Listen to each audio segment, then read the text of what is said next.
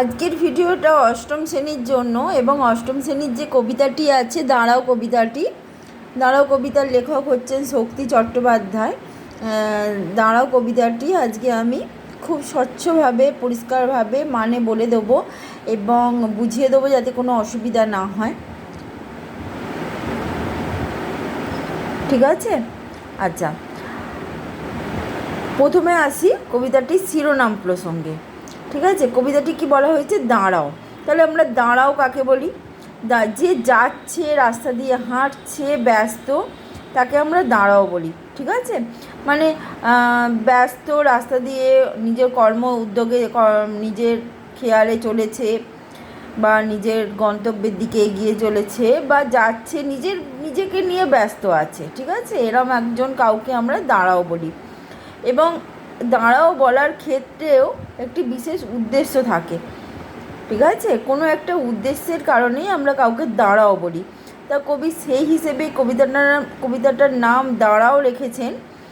এখানে একটা উদ্দেশ্য আছে। ব্যস্ত মানুষকে, যারা কর্মব্যস্ত, নিজেকে কেন্দ্র করে জীবনের আবর্তে ঘুরে বেড়াচ্ছে এমন মানুষ, তাদেরকে কবি ক্ষণিক দাঁড়াতে বলেছেন। ঠিক আছে, আচ্ছা, কবিতার প্রসঙ্গে আসি। কবিতাটার এবার আমি মানেটা বলে দেব। আচ্ছা, এর আগে আমি বলি, যারা সাবস্ক্রাইব করনি এখনও বা সাবস্ক্রাইবার হয়েও পরে সাবস্ক্রাইব তুলে নিচ্ছ বা সাবস্ক্রাইব করনি এখনও, শুধু ভিডিও দেখো, তাদেরকে বলি, তারা হয়তো পরে যখন এই ভিডিওগুলো কোনো কারণে দেখবে তখন বুঝতে পারবে যে তোমরা কি থেকে মিস করছো। ঠিক আছে, হয়তো এমন সময় তোমাদের একটু আফসোসও হতে পারে যে এত স্পষ্টভাবে, এত সহজভাবে কেউ কিছু বলে দেয়নি এবং এই মানেটা জানার জন্য তোমরা উদগ্রীব হয়ে আছো। ঠিক আছে, অনেক বাজার চলতি অনেক মানে বই আছে যেখানে এত হয়তো মানেটা স্পষ্টভাবে বোঝানো নেই, বলা নেই। ঠিক আছে, আচ্ছা, আসছি কবিতাতে। এখানে কবি বলেছেন, মানুষ বড় কাঁদছে, তুমি মানুষের পাশে দাঁড়াও। তাহলে মানুষ কাঁদছে কারণ প্রতিটি মানুষের জীবনে দুঃখ আছে, কষ্ট আছে, যন্ত্রণা আছে। এমনি তো মানুষ মন খারাপ করে, সেটা আলাদা ব্যাপার। কবি কিন্তু সেখানে বলছেন না। কবি এখানে বলতে চাইছেন মানুষের নিজস্ব কিছু প্রাথমিক চাহিদা যেখানে যখন মিটছে না, হয়তো মানুষটি খেতে পায়নি বা তার প্রাথমিক চাহিদাগুলো যেমন অন্ন, বস্ত্র, বাসস্থানের চাহিদা মেটে না, এমন ঘটনাও ঘটে। বা পারিপার্শ্বিক জগতেতে মানুষের বাঁচতে গেলে যেগুলো প্রয়োজন সেগুলো, বা তার প্রিয়জনকে সে হারিয়েছে, বা তার কষ্টের দিনে মানুষ চোখের জল ফেলে। ঠিক আছে, এবং তাকে সান্ত্বনা দেয়া, তাকে সমবেদনা জানানোর জন্য তার পাশে গিয়ে দাঁড়াতে হয়। এবং এই সমবেদনার কাজটি শুধুমাত্র পাশে দাঁড়িয়ে তাকে দু চারটে মিষ্টি কথা বলে কিন্তু হবে না, তার সমব্যথী হয়ে তার পাশে এসে দাঁড়াতে হবে। ওই জন্য কবি বলেছেন, তুমি মানুষ হয়ে পাশে দাঁড়াও। তাহলে মানুষ মানে কি? তার মধ্যে মানবিকতা থাকবে, মনুষ্যত্ব থাকবে, দয়া, মায়া, ভালোবাসা থাকবে, এমন একজন ব্যক্তি হয়ে তার পাশে দাঁড়াতে হবে। মানুষ ফাঁদ পাচ্ছে, তুমি পাখির মতন পাশে এসে দাঁড়াও, পাখির মতো পাশে এসে দাঁড়াও। দেখো, মানুষ তো স্বভাব তার, ঠিক আছে, সে হয়তো অন্যকে বিপদে ফেলার চেষ্টা করে, কাউকে সে হয়তো নিজের করায়ত্তে আনার চেষ্টা করে, নিজের অধিকারে আনার চেষ্টা করে, এরকম অনেক কিছুই ঘটনা ঘটে, মানুষের স্বভাবও এরকম। তাহলে সেই মানুষের পাশে যদি তাকে বারণ করা হয়, এইসব কথাগুলো, এইসব করতে বারণ করা হয়, সে হয়তো শুনবে না।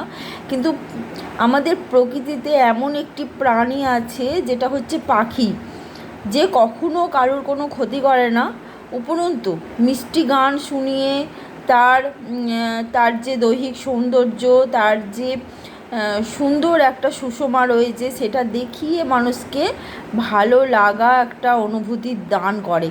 ঠিক আছে, তাহলে পাখি কিন্তু মানুষের কেন, কোনো জীবেরই কোনো ক্ষতি করে না। সেইখানে বলা হচ্ছে যে সমস্ত মানুষ সুযোগ সন্ধানী, নিজেকে নিজের অধিকারে আনার চেষ্টা করছে সব কিছু, তার কাছেও তুমি একজন নির্বিবাদী, একজন যাকে বলে ক্ষতি করবে না এমন একজন ব্যক্তি হয়ে তার পাশে দাঁড়াও। তুমি তার কোনো ক্ষতি করো না, ঠিক আছে? এবং তাকে এটা বোঝাতে হবে যে প্রকৃত মানুষ কেমন হয়ে থাকে। মানুষ বড় একলা, তুমি তাহার পাশে এসে দাঁড়াও। মানুষ একলা বলেই তুমি তার পাশে এসে দাঁড়াতে হবে, ঠিক আছে? কারণ মানুষ নিজের দুঃখ নিজে কাউকে বলতে পারে না, নিজে গুমড়ে গুমড়ে থাকে। তাহলে মানুষের পাশে এসে দাঁড়ানোর 3টে কারণ কি?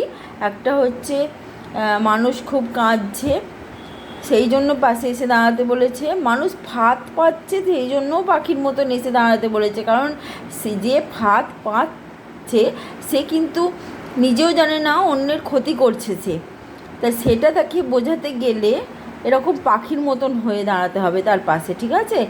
যে এমন একজন ব্যক্তি যে শুধুমাত্র ভালো চায়, এমন একজন ব্যক্তি হয়ে দাঁড়াতে হবে তার পাশে। আচ্ছা, মানুষ বড় একলা বলেই তার পাশে এসে দাঁড়াতে হবে। তোমাকে সেই সকাল থেকে তোমার মতো মনে পড়ছে, মানে তুমি যখন মানুষের পাশে এসে দাঁড়াচ্ছ এবং তুমি যেমন রূপে আছো, যেমন তোমার স্বভাব বৈশিষ্ট্য আছে, তেমনভাবেই তুমি তার কাছে ধরা দেবে এবং সে তোমাকে সেইভাবেই ডাকছে। সন্ধে হলে মনে পড়ছে, রাতের বেলা মনে পড়ছে, তাহলে সব সময় মনে পড়ছে তুমি যেমন আছো তেমনি এসো, ঠিক আছে? কোনো রকমের আলাদা কোনো আদব কায়দা, আলাদা কোনো ভদ্রতা, আলাদা কোনো সৌজন্যবোধ কিছু তোমাকে শিখে আসতে হবে না, ঠিক আছে? যেমন আছো তেমনি এসেই তোমার সেই মানুষের পাশে গিয়ে দাঁড়াতে হবে। সন্ধে হলে মনে পড়ছে, রাতের বেলা মনে পড়ছে, সবসময় মনে পড়ছে তোমাকে, তোমার মতন যেমন তুমি আছো তেমনভাবেই তুমি এসো, ঠিক আছে? মানুষ বড় একলা, তুমি তাহার পাশে এসে দাঁড়াও। এখানে একটা প্রসঙ্গত বলি, যদি মানুষকে সমঝোতা করতে হয়, কারোর সঙ্গে মানিয়ে নিয়ে মেনে নিয়ে চলতে হয়, সেটা কিন্তু দীর্ঘস্থায়ী হতে পারে না। ক্ষণিক সময়ের জন্য একটা সমঝোতা চলতে পারে, কিন্তু একটা মানুষের যখন বন্ধু হয়ে ওঠে, কেউ বন্ধু হয়ে পাশে দাঁড়ায়, তখন কিন্তু সমঝোতা দিয়ে বন্ধু হয় না, ঠিক আছে? সেই জন্য তাকে স্বরূপেই ধরা দিতে হয় তার কাছে। সেই স্বরূপটা যদি কাউকে কেউ বন্ধু ভাবে, বন্ধুর ভালো গুণটাও সে যেমন গ্রহণ করবে, তার মধ্যে যে রাগ অভিমান, তার মধ্যে যে সমস্ত অভিব্যক্তি আছে সেগুলোও কিন্তু সে গ্রহণ করবে, ঠিক আছে? এটাই তার স্বাভাবিক ব্যাপার। আচ্ছা, এসে দাঁড়াও, ভেসে দাঁড়াও, ভালোবেসে দাঁড়াও। শুধু এসে দাঁড়ালেই হবে না, তার পাশে সমবেদনা নিয়ে এসে দাঁড়াতে হবে, তার সুখে সুখী হতে হবে, দুঃখে দুঃখী হতে হবে। তাই জন্য ভেসে দাঁড়াতে বলেছেন আর ভালোবেসে দাঁড়াতে বলেছেন, যে তুমি নিজে থেকে নিজের অন্তরের তাগিদে, ঠিক আছে, আন্তরিক ভালোবাসার টানে তাই সেই মানুষের পাশে এসে দাঁড়াতে হবে। মানুষ বড় কাঁদছে, তুমি মানুষ হয়ে তার পাশে দাঁড়াও, তুমি মানুষ হয়ে দাঁড়াও, ঠিক আছে? এমন নয় যে তুমি তোমার কিছু একটা পুণ্য অর্জনের দরকার, বা তোমার লোকের কাছে নিজেকে বড় দেখাতে হবে, ভালো মানুষ দেখাতে হবে, এসবের জন্য নয়। শুধু মানুষ বলে, তুমি নিজে মানুষ বলে তুমি মানুষের পাশে এসে দাঁড়াও। কার মধ্যে তোমার মধ্যে মানবিক গুণ আছে, মনুষ্যত্ব আছে, ঠিক আছে, সমবেদনা আছে, ভালোবাসা, দয়া, মায়া, ভক্তি আছে, সেই গুণ নিয়ে তুমি মানুষের পাশে এসে দাঁড়াও। মানুষ বড় একলা, তুমি তাহার পাশে এসে দাঁড়াও। এখানে প্রসঙ্গত বলি, দেখো কিছু কিছু ক্ষেত্রে এখানে তো চলিত কথাতেই কবিতাটা বলা হয়েছে, লক্ষ্য করো দুবার তাহার বলা হয়েছে। কেন তাহার বলা হয়েছে? কারণ তাহার বলা হয়েছে এই জন্য, যে বিশিষ্ট মানুষটির পাশে তুমি এসে দাঁড়াচ্ছ সেই মানুষটি অনেক বেশি স্পেশাল, অনেক বেশি বিশিষ্ট, কারণ তুমি তাকে বিশিষ্ট মনে করছো, সেই জন্য তাকে তাহার বলা হয়েছে, ঠিক আছে? আমরা সম্মান দিই, তাকে একটা গুরুত্ব দিই।